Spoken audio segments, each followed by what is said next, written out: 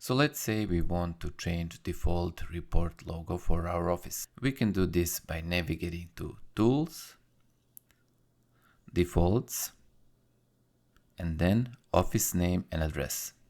Here we can also enter our office name, address, telephone number, email, and lastly, the path to our default report logo.